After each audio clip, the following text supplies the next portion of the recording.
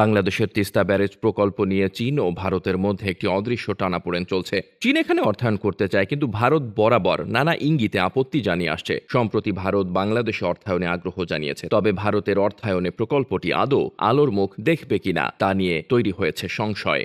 ধারণা করা হচ্ছে প্রধানমন্ত্রী শেখ হাসিনার আসন্ন দিল্লি ও বেইজিং সফরে বিষয়ে একটি মীমাংসা হতে পারে। জুলাইয়ের দ্বিতীয় সপ্তাহের প্রথমার্ধে দ্বিপক্ষীয় সফরে বেইজিং যাওয়ার কথা রয়েছে সরকার প্রধানের। ভারতে কবে যাবেন সে বিষয়ে এখনো দিন তারিখ ঠিক হয়নি, তবে চীনের আগেই প্রধানমন্ত্রীর ভারত সফর হতে পারে। চীনে প্রধানমন্ত্রীর সফর এবং দ্বিপক্ষীয় বিষয়ে আলোচনা করতে ইতোমধ্যে বেইজিং গিয়েছেন পররাষ্ট্র সচিব মাসুদ বিন মোমেন। আগামীকাল সোমবার ৩রা জুন বিকেলে সেখানে পররাষ্ট্র সচিব পর্যায়ের বৈঠক অনুষ্ঠিত হবে। বৈঠকের লিখিত এজেন্ডায় তিস্তা ব্যারেজ প্রকল্পের কথা উল্লেখ না থাকলেও বিষয়টি উঠবে এমন ইঙ্গিত মিলছে বিভিন্ন সূত্রে। পররাষ্ট্র সচিব মাসুদ বিন মোমেনের সভাপতিত্বে গত ২৬ মে সচিব পর্যায়ের বৈঠকের প্রস্তুতির অংশ হিসেবে একটি আন্তঃমন্ত্রণালয় বৈঠক অনুষ্ঠিত হয়েছে। বৈঠকে তিস্তা প্রকল্প নিয়ে আলোচনা হয়েছে বলে একটি সূত্র নিশ্চিত করেছে। এর দুদিন পর প্রধানমন্ত্রীর বেইজিং সফরের প্রস্তুতি নিয়ে প্রধানমন্ত্রী কার্যালয়ের মুখ্য সচিবের সভাপতিত্বে এক সমন্বয় সভা অনুষ্ঠিত হয়।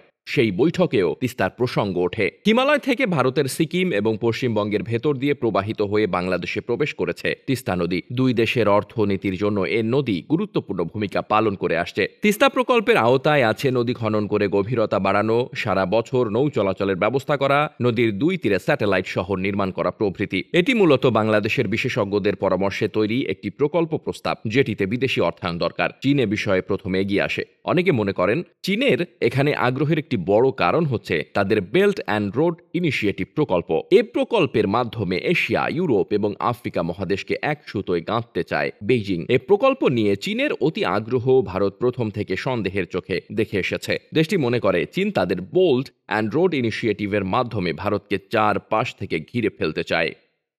ডেস্ক রিপোর্ট, বার্তা বাজার।